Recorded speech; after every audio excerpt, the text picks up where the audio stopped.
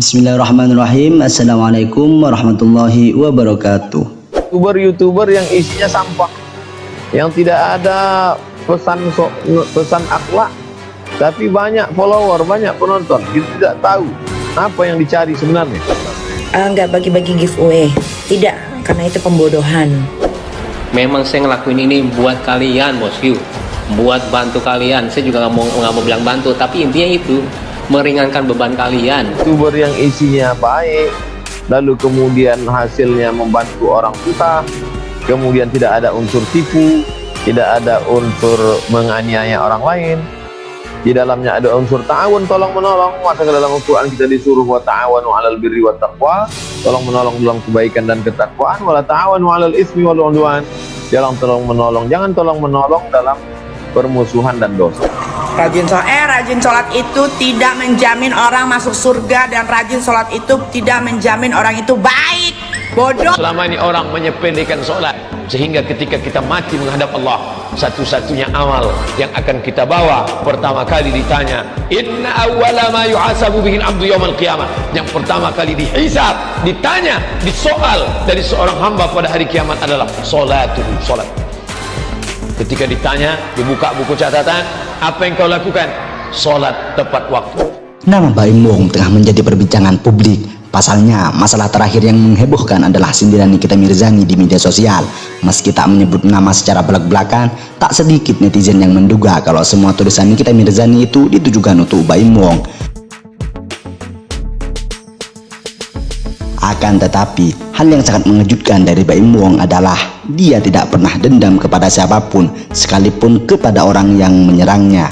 Baim Wong pun memilih untuk memaafkan orang-orang yang telah menghujatnya dibandingkan harus membalas dengan pembuktian dan amarah. Karena menurutnya selalu ada dua kubu yang suka dan tidak suka kepada dirinya.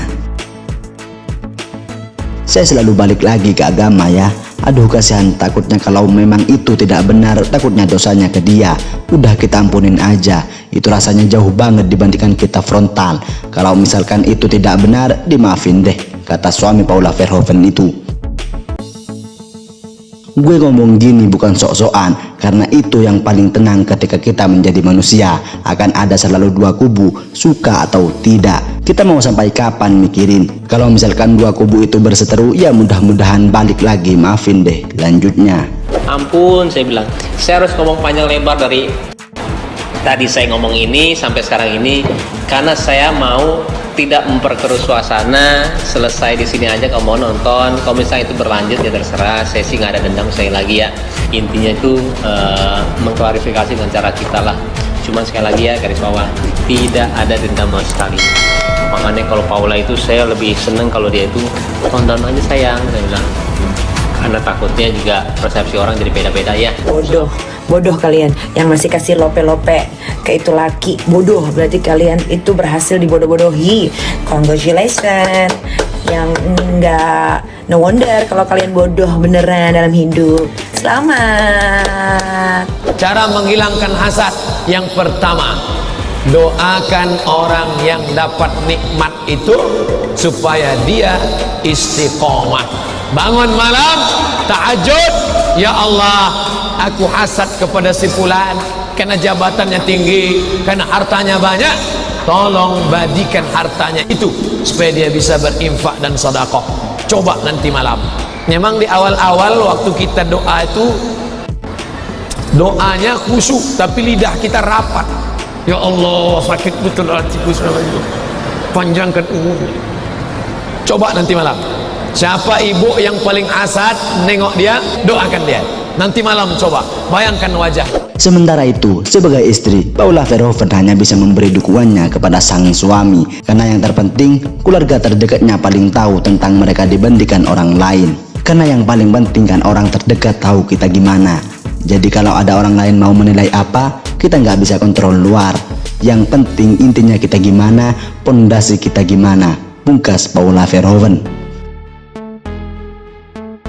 Kemudian, di lain kesempatan, Nikita Mirzani disindir oleh salah satu netizen agar sholat jangan selalu nyinyir kerjaannya. Sontak, Nikita Mirzani bilang kalau rajin sholat itu tidak menjamin orang itu baik. Rajin sholat itu tidak menjamin orang itu masuk surga, ungkap Nikita Mirzani. Rajin sholat itu tidak menjamin orang masuk surga, dan rajin sholat itu tidak menjamin orang itu baik. Bodoh. Hal itu langsung mendapatkan tamparan keras dari Ustadz Abdus Somad. Selama ini orang menyepelekan sholat, sehingga ketika kita mati menghadap Allah, satu-satunya amal yang akan kita bawa pertama kali ditanya, yang pertama kali dihisab, ditanya, disoal dari seorang hamba adalah sholat.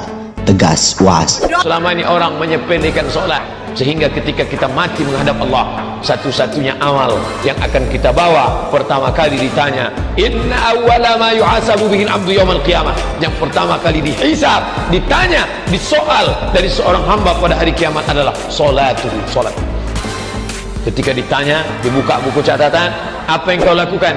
Sholat tepat waktu. Kalau ada orang sholat dalam kehidupan masih bermasalah dengan tetangganya, ada yang salah dalam sholatnya. Hati-hati bu, hati-hati. Saya tunjuk ibu karena pernah zaman Nabi ada perempuan rajin sholat, rajin berpuasa, tapi diadukan oleh tetangganya kepada Nabi. Kata Nabi, hiya finnar. Kalau tidak tobat, dia masuk neraka. Kenapa? Karena dia rajin mencela tetangganya. Rajin sholat, rajin puasa, rajin mencela. Buka hadis Muslim, nomor hadis 5611. Riwayat sahabat Abu Hurairah radhiyallahu taala anhu. Oleh Nabi disebut orang muflis, bangkrut. Orang yang pertama kali menderita di akhirat, ketika sudah masuk di kubur, yang pertama diperiksa bos, bukan puasa, bukan sedekah, bukan haji, bukan zakat, tapi apa yang pertama diperiksa? Sholat. Dalam hadis dijelaskan dalam kitab Durratun Nasin, ketika seluruh pengantar sudah balik, maka datang malaikat. Yang pertama dia akan tanya, "Marrabbuka, siapa Tuhanmu?" Kalau orang baik sholatnya, dia akan berkata, mundur. Sholat berkata, kau mundur dah saat. Sekarang saya yang jaga kau. Waktu kau hidup di dunia, kau rajin jaga saya. Sekarang saya yang jaga kau. Tanya, Marrabbuka, siapa Tuhanmu? Sholat kita menjawab, Allahu Akbar. Bungkar giling kepala. Ditanya lagi, Man Nabiuka, siapa nabimu? Sholat kita menjawab, Asyhadu Allah ilaha illallah wa asyhadu anna Muhammadar Rasulullah. Akhirnya mungkar nakir naik malaikat melapor kepada Allah, tidak melanjutkan pertanyaan 3-4. Ya Allah, ada hambamu semati. Saya tanya, Marrabbuka? Allah, dia menjawab, Allahu Akbar. Allah berfirman, oh itu bukan dia yang jawab, tapi sholatnya. Karena dia baik sholatnya, tidurkan dia untuk menunggu hari kiamat seperti nikmatnya tidur pengantin baru. Sungguh, sholat yang dilakukan dengan benar itu sesuai aturan, ini pasti tanha anil fahsya wal munkar. Kata-kata jorok itu fahsya, yang kotor, gosip itu fahsya, bu. Tidak mungkin ada orang sholat kalau benar sholatnya kata-katanya kotor, itu gak mungkin. Jadi kalau ada orang misal tidak pernah sholat, kata-katanya kotor, kosakatanya tidak bagus, ya, kebun binatang keluar semua, macam-macam misal, dia nggak sholat, nggak usah dipikirin, ya. Capek kita mengeluarkan energi pada yang tidak penting, ya. Itu sudah tinggalkan aja, nggak usah dipikirin. Tapi yang jadi masalah kalau ada orang sholat lisannya tajam, misal, itu masalah. Ada yang salah dalam sholatnya. Berikut ulasan kami dalam video ini. Silahkan teman-teman simpulkan sendiri di kolom komentar di bawah. Terima kasih. Terima kasih semuanya telah menonton video ini. Jangan lupa subscribe untuk mendapatkan video selanjutnya dari channel ini.